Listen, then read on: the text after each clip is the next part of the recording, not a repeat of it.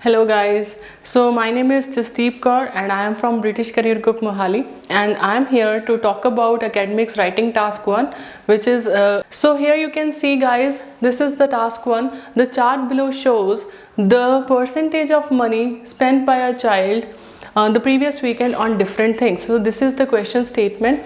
So first of all, we have to pay attention to the pie chart carefully because we have to observe it in the initial minutes.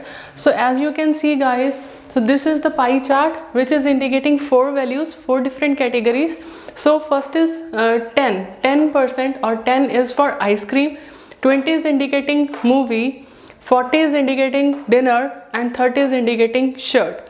So the way to write a task 1 is that you have to make 4 paragraphs. So first paragraph is known as introduction, second paragraph is known as overview, and third and fourth paragraphs are known as body paragraphs.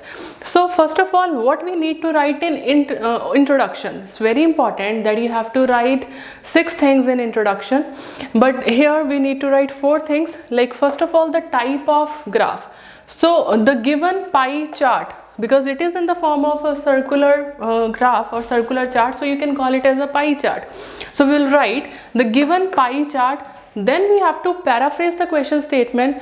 It's very important to rephrase or paraphrase the question statement. Instead of shows, you can write reveals, and instead of percentage, you can write percentile or proportion. So the given pie chart reveals the information about the money spent by a juvenile on 4 categories. It's very important to mention the number of categories as well. So we have written over here that on 4 categories, then in the previous weekend, instead of last weekend, you can write in the previous weekend. Last very important line in introduction is that you have to talk about calibration. So here it is written the data has been calibrated in percentage.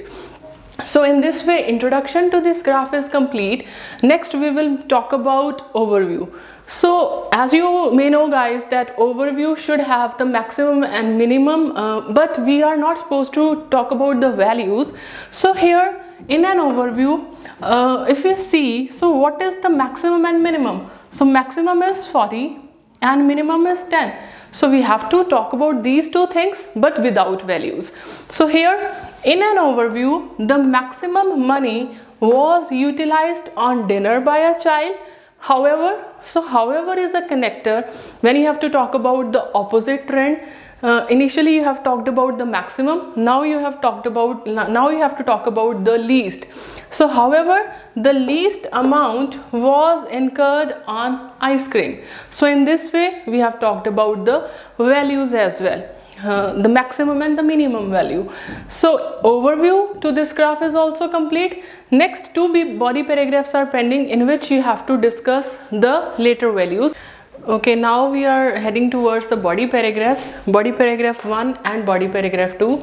So what we have to write in body paragraph 1, guys, because we have already talked about the maximum and the minimum in overview, so we can talk about the second highest in body paragraph 1 and second least along with values in body paragraph 2. So you can start body paragraph 1 with a good connector, that is to initiate with, to start with. So to start with, the second highest amount of money, which was 30%, or which you can call it like approximately equals to 1/3, was utilized or was spent by a child on buying a shirt. Right, so instead of this you can write in another way also. So moving to BP2, the body paragraph 2, you can write that probing further or turning attention towards remaining ratios, the second least, what is the second least value here? 20%.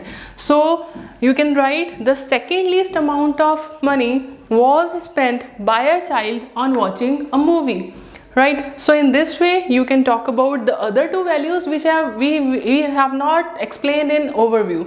So all the 4 categories or the 4 categories are covered, or the 4 values are covered. So in this way the task is complete. You have properly mentioned introduction, overview, body paragraph 1 and body paragraph 2 in a good sentence structure, in a good way. So this is the way of writing task 1. Okay, thank you guys.